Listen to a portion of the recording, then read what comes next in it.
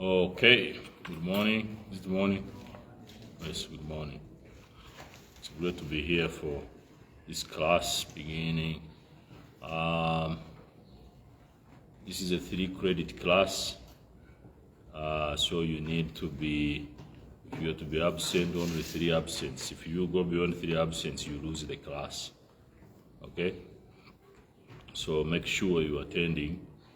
You can only be allowed 3 absents.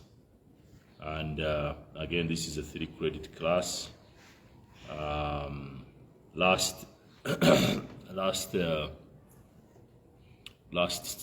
time we were dealing with 1 Timothy, and the second time we are now dealing with 2 Timothy and also Titus.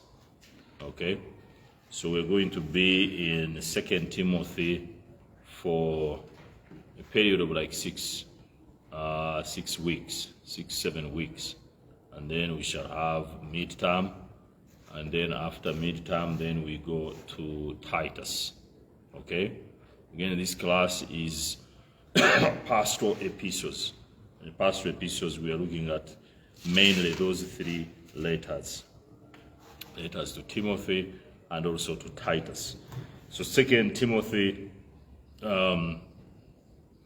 written around 65 AD by Apostle Paul, is writing it to Timothy, and for a reason. The reason was to encourage him as a pastor, as a young pastor, to encourage him, to build him up. We need that as leaders. If you're a leader, you need that encouragement because of the things that we do on a daily basis. Okay? There are so many pastors that have left pulpits, they have left their calling, they have left what they have been involved in, their gifts, simply because of being discouraged. They are being discouraged, the things they go through in life. And but when you have someone encouraging you and building you in those things, then you can stand. You know, you can stand and face the trials and face the hardship. And so you don't need many, but you can have only one in your life. I was talking to someone recently. I said, "Do you have friends?" The other person, he said, "Oh yes, I have friends. I have so many friends." You don't need so many friends. You know, you need like one person, one friend who will encourage you in your work, who will encourage you when it comes to the church, who will encourage you when it comes to the ministry that you are part of. You need that one person. So Apostle Paul encourages him, okay, as a young pastor in his ministry, in his ministerial work. Okay, I have people that encourage me.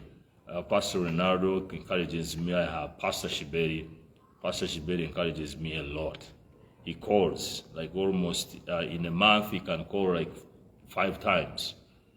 Okay, and encourages me. You can hear the words that come from him. When I'm with Pastor Ronaldo, you can hear the words that come from him. So we need that. Pastor Eugene, you know, once in a while he sends an email or a WhatsApp to encourage me. So we need that encouragement. Some people do that. They send messages to me. Other pastors around here, Pastor Isaac in Rua, Pastor Saga, some of these men, Pastor Isaac in Kinshasa, they send messages to encourage. You know, it's important. It's very important. You need that encouragement. Encouragement means that someone is, it's like the same word with comfort. Like someone puts strength in you to move on, you know, to move on so that you don't quit like other people do quit. Okay, so he's doing that, and then he is requesting him that what Apostle Paul is doing to him, he does it to other people, those that are around him. Okay? In other words, what we receive from other people, that encouragement, that edification, that building, we also do it to other people. And that's how the ministry moves. That's how we move in the ministry. In other words, it's not for you only. It's also for others. Okay? It's also for others. You also encourage them.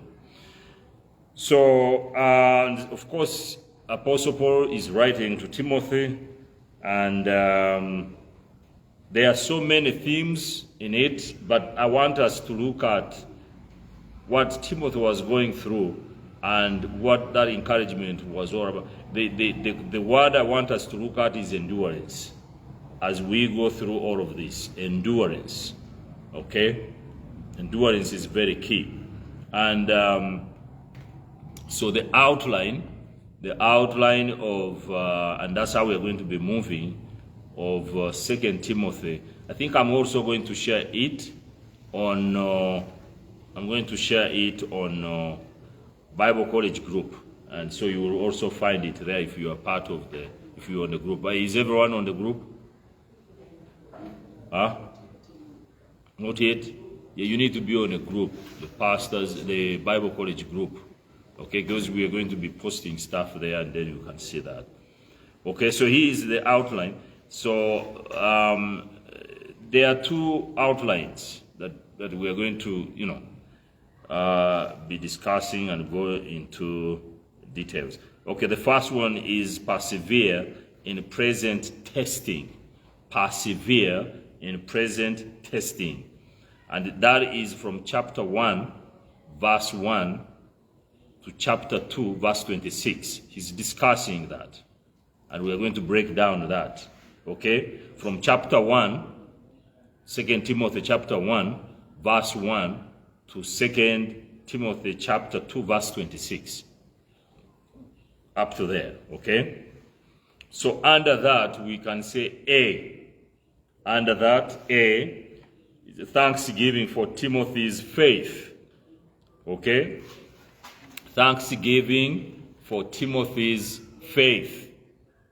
Timothy's faith. And that is chapter 1, verse 1 to verse 5. So he thanks him and thanking his faith. Okay?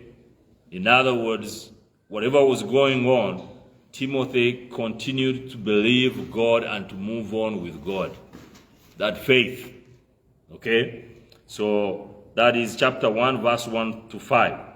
B, a reminder of Timothy's responsibility.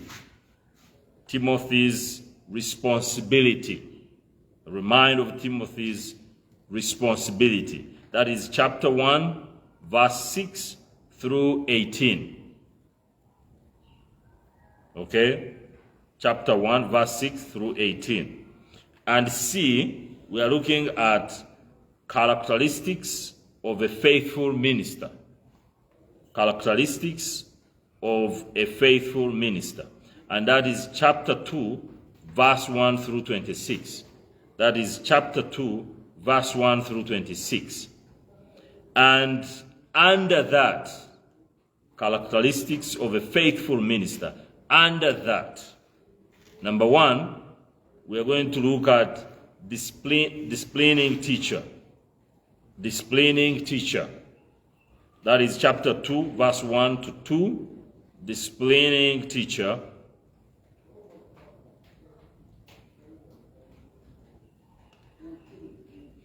And number 2, you have single-minded soldier. Single-minded soldier. That's chapter 2, verse 1 to 2. Chapter 3, verse 5. Single-minded soldier.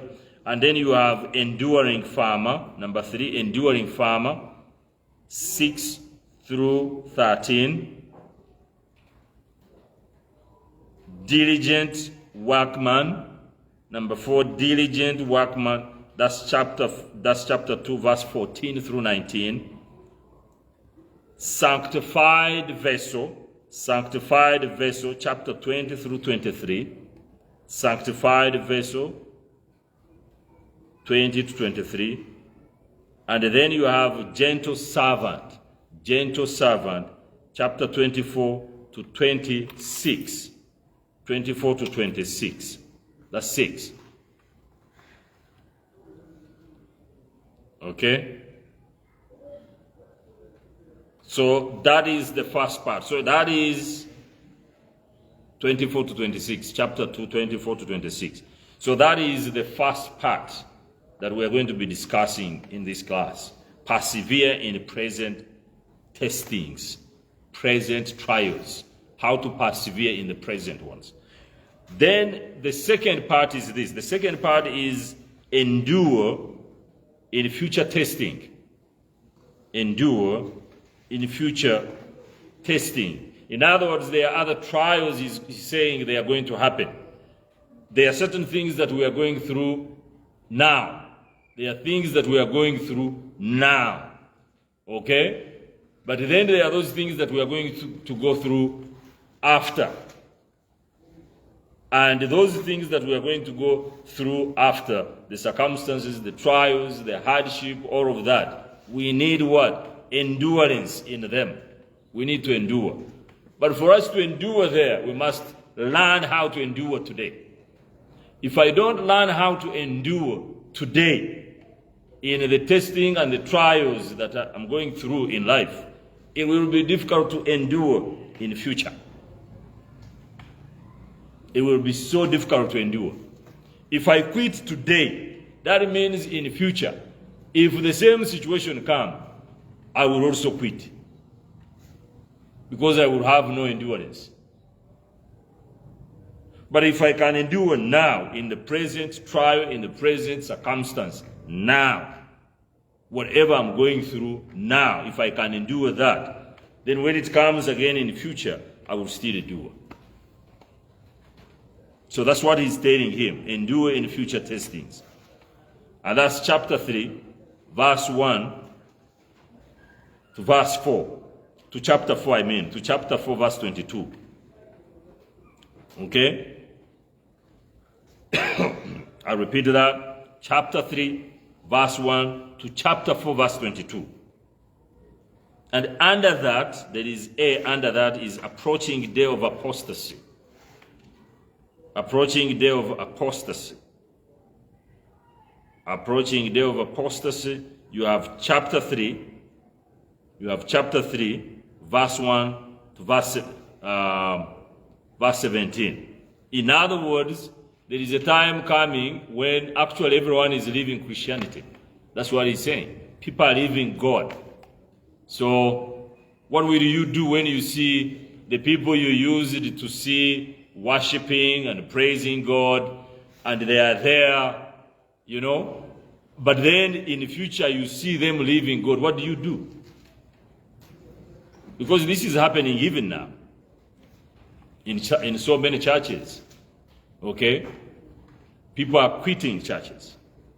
Some of them are our brothers and sisters. They were in church. They were on fire for God. But now they are into the world. I was told recently of certain people who were in the church. The church was a great church. And they were there, active. They were doing everything. But something happened to the church, and some of them left. So someone said, he said, I met them, those who left. He said, I met them and I was talking to them. And he said, but when they are talking, there is nothing spiritual you sense. But yet they left that church saying that for them they were good, that for them they were perfect, that for them the church was so bad and everything was so bad there, so they left the church. Okay? But this person said, when you talk to them, there is nothing spiritual. When you talk to them, they are so worldly. So if they were right and the church was wrong, how comes they are the way they are now? Because they should be more spiritual than where they left, isn't it? That's how it should be. Because if you left the place because you didn't like the place, you didn't like the people there, you didn't like the preaching there, you didn't like the spirituality there, because to you it was shallow, to you it was not good, and you went, you left to begin what you call, spiritual, that nucleus, that, but now people meet you and you are actually telling them it's not important to go to church service 3 times a week. And someone was saying that. You can just go on one time, that's okay. Another one was saying there is no importance for Bible school. And some of them were even in some of those Bible schools. Like I said in Zimbabwe. If you have been in a Bible school, and then you go outside there, and then you begin to submit yourselves to the people you're not supposed to submit to, people that have never been trained in a Bible school, and you submit yourself to them, and you begin to hear their garbage they are teaching, and you're also sitting there, and you finish the Bible school. I told the people there, I said, you are actually worse than someone who has never attended Bible school. Because for you, you know. For you, you know the truth. But for you to go and submit under a woman's influence, there is something wrong. There is totally something wrong. And we've seen some of them. About the 4 years, we come here and we sit here, 4 years, we finish 4 years, and then after 4 years, then what? And then you go submit to the garbage that is outside there. Someone finished 4 years here, and he's there speaking garbage, and he's saying that there is no importance. You don't need to be in church three times a week. Someone spiritual would be saying, we need a church every other evening. That's someone who is spiritual. That's someone who is looking for God. I was actually thinking, we have this huge place here. But we can have at least prayer every day. Prayer every day, every evening. We come here and pray. And what's wrong with that? We pray. But I was so surprised when someone was saying that. So, there is apostasy. Apostasy is people who will go astray. People are going to go astray. So he's talking about that. So approaching the day of apostasy, we said chapter 3 verse 1 through 17. Under that is a day of apostasy. Under that is, number 1, coming of apostasy. Coming of apostasy. Chapter 3 verse 1 to 9. Confronting apostasy. Chapter 3 verse 10 through 17. Then we come to B. B is, it's a charge, excuse me, it's a charge to preach the word. A charge to preach the word. Okay? It's a charge to preach the word. That's chapter 4, verse 1 through 5. A charge to preach the word, chapter 4, verse 1 to 5. Then C is approaching death of Paul. Now he tells him, I've been encouraging you, but time is coming and I'm going to go away. I'm going to die. So you better know how to encourage yourself in who? In God. Because you need to ask yourself, if Apostle Paul was encouraging Timothy, then who was encouraging Apostle Paul?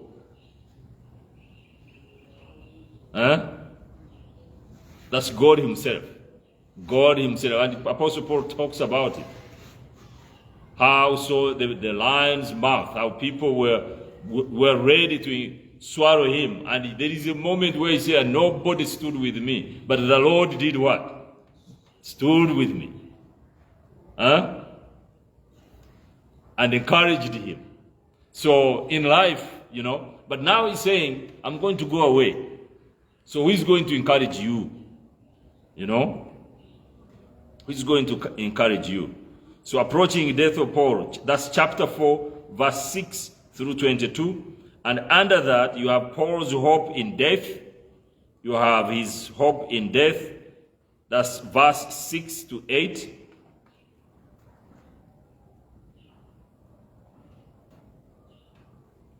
Then you have number 2, Paul's situation in prison. His situation in prison, chapter 9 through 18.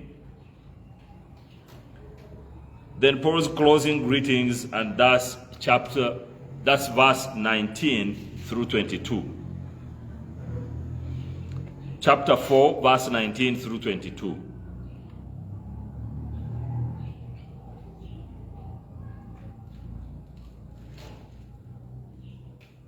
Okay? So, now let's go to this word endurance. Okay?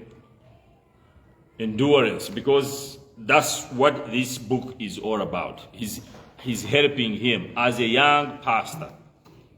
As a young pastor, Apostle Paul is seeing what this young pastor is going through.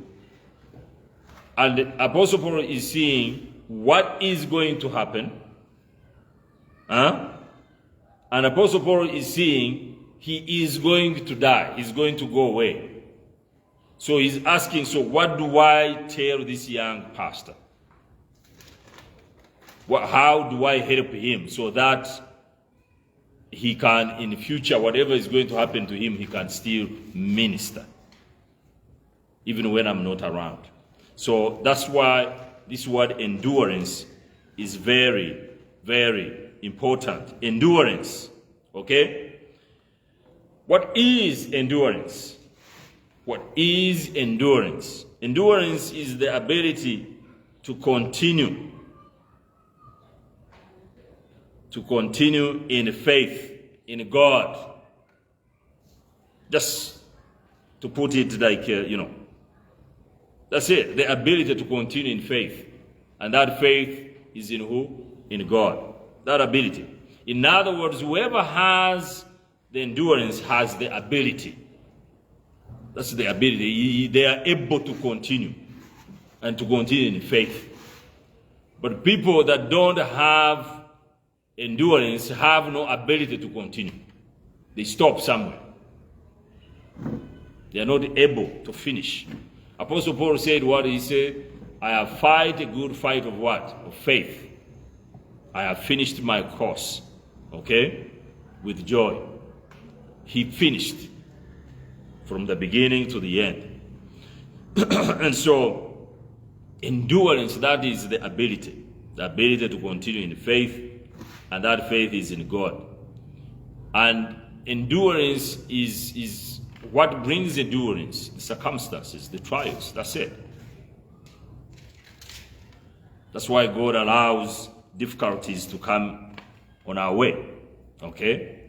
He's producing that power in you. He's producing that ability in you. Okay? The difficulties, the situations, that's what he's doing. When you go through hard time, you have two people. Hard times come. And then there are those that endure and there are those that run away. So you have to choose. You have to choose. The Greek word for endurance is hupomone. Hupomone. Hupomone. And it means steadfastness. It means steadfastness. It means constancy. Being constant. It means constancy. And that's what this word endurance is all about. Hupomone comes from two words. Okay? Hupo speaks of hyper. And mone speaks of to stay. It's like being hyper. Have you ever seen someone hyper? Have you ever been hyper? Do you know what it means to be hyper? When you give a child sweets. You know what? How the child begins to act or react? The child becomes hyper. If they were supposed to go to sleep, they don't go to sleep. Okay? Other things that can cause people to be hyper is coffee. You know coffee? Huh? There is that energy. In other words, there is that energy that it brings, and then you are kind of like, you are hyper. It's the same thing with the Coke. You know Coca-Cola? Yeah, Coca-Cola can make people to be hyper because there is caffeine. Caffeine that is in there causes people to be hyper. Okay? It causes people to be hyper.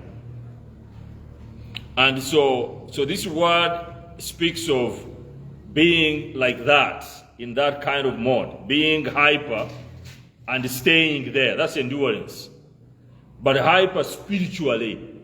You have heard about hyper spiritual people? Have you heard about them? Yeah, they are hyper spiritual people, but not in a good way.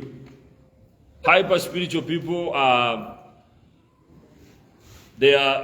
some of them with the 10 commandments, keep 10 commandments. They don't want to break anything. Some of them, like, they are so hyper there. It has nothing to do with endurance. Endurance is that there is a situation that I'm in. Okay? I am in a situation. But spiritually, because of God's grace, spiritually, because I know God loves me, spiritually, because I know God's mercy, spiritually, because I know the truth, I remain. Okay? I remain there. So that's what this word means. Okay? That's what Hupo speaks of. Scriptures about endurance. You have Romans chapter 5. Some of these scriptures, Romans chapter 5, and we're going to look at the benefits of endurance. Romans chapter 5, verse 3 to 5. Hebrews 10:36. Hebrews 10:36. James chapter 1, verse 12. 2 Timothy chapter 2, verse 3. 2 Timothy chapter 4, verse 5. This is why it is so important in 2 Timothy. Okay? This is why it is so important. He keeps mentioning this word. Okay? And so, these are points that we've gotten from these scriptures. The benefits. Why is endurance important? Why is it key? Number one, endurance. When you read Romans chapter 5,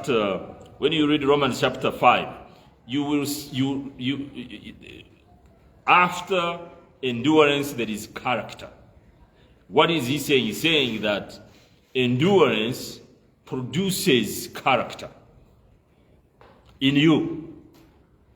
Okay? It produces character in you. In other words, endurance develops the character. It develops it in you. Okay? And this is so important. And God, in other words, God allows trials to come. God will bring hard times. He will allow us to go through hard times, but for a reason. But what is the reason? Because God is producing a character in you. Whenever there is something lacking, whenever there is a character lacking in you, God is going to allow a trial. Let me say this again. Because some of us, when a trial comes, we tend to think it is coming from Satan. When a trial comes, we tend to run away instead of facing a trial. Okay? But when a trial comes, when hard time comes, there is something that God has seen in your life that he wants to produce. It's like what we say in Galatians chapter 5, verse 22. The fruit of the Spirit. When God, how does the Holy Spirit produce fruits in us? He sees what we are lacking. Okay? He sees you have this hate. Like there is this hate that you have. And he's going to allow things to happen in your life. But he's dealing with what? With hate. and he deals with the hate, what is he bringing in? He's bringing in love. He makes sure in your relationship with people, people will hate you, people will not like you. Okay? But then on the other hand, in that situation, he's producing a character of love in you, to love you. I was reading something recently, I think it was this week. He was talking about, I think it was a lady who was talking about a duck and an eagle. And he said, we can choose either to be a duck or an eagle. A duck quacks, like quacking, yeah? Makes noise. Makes noise every time, making noise. And there are people just like that, yeah? They make noise, or wherever they are making noise, they are making noise. Or, they are making noise. Something happens, they are making noise. Like they can irritate you, That's like a quack, that's how it is. Or, you can choose to be an eagle and you just soar, because the eagle just soars over every situation and circumstance, and it doesn't make noise at all. And when you do that, things change. You can make noise and make the situation worse, or you can keep quiet and go over it, and the situation is what? All of that is what we are calling, that's what I'm saying, it's like a character. What character? God is producing, endurance is what causes God to produce a character in you. It can be a character of humility. If you are very proud, God is going to allow certain circumstances to make sure that you humble. He humbles you. Humility. Okay? So, but for you, when the circumstance comes, this is where we miss this a lot. That when a circumstance comes, we tend to run away from it. Like if you are here in a church and everyone seems not to like you, because that's what you think. Everyone doesn't like me. People don't greet me. People seem not to care. The other one talks about me, and you are in that environment. What comes in your mind first? You begin to say, this is not a place for me. After praying like several times to God to really deal with those people. But yet it is God allowing that to happen. And He's allowing that to happen for what reason? Because He's building a character. He's building humility in you. He's building love in you. And when you quit, you remain the same. You don't change. You quit your character that is not good. But when you stay, then you discover, God wants me to love these people. God is transforming me. God is changing me. That is so key and that is so important. So that's why endurance, when you stay in that situation, but also don't stay and you are not alert. Because that is happening spiritually with us. That a situation happens and you stay in a situation and you are not alert at all. When you stay, you endure a situation. Spiritually, be alert. Okay? Be alert. Spiritual alertness means that I want to see what God is doing in this. I know people don't like me here. I'm in a Bible study. People don't like me here. But God, what are you building in me? That's spiritual alertness. And when you are alert, let me tell you, the things of God are not like where we just go to school and then you sit and then you say, this is a monkey, this is a dog, this is a what. It's not like that. For any child of God, and I said this the other time, any child of God to benefit from God and spiritual things from God, you have to be alert. Spiritually. If you are not alert, you will never benefit from anything spiritual. You will not. You will be like in a school where you go in a school and they are teaching you chemistry and then you just And that's it. It requires spiritual alertness. But if you are not, you miss it. What causes people? Why do you find in a church some people are growing and others are not growing? You know why? Because others are spiritually alert and the other ones are not. The other ones are just go. When we are not spiritually alert, we're just like religious people. Hey, it is a Sunday, yeah. Let's go and then come, dress up in our suits, have good clothing. We bought shoes last week, put on new shoes, and then just come. I have good hair, and then just come and hey, hi, and that's it. And there is no impact at all. There is nothing from Sunday to Sunday, month to month, year to year. No change takes place. And let me tell you, God blesses those that are spiritually alert because they can know and tell it is coming from God. Spiritual alertness. You have two. That's the difference. So there is that character. So endurance develops that. It develops a character in you. And what are some of these characteristics that endurance produces in us? Number one, the character of resilience. Resilience is the ability to bounce back from adversity. To bounce back from adversity. Something happens, and when it happens, you bounce back, spiritually speaking. People thought you were not going to go through that. People thought it was going to crush you and kill you. But you know what? You go through it, and you bounce back.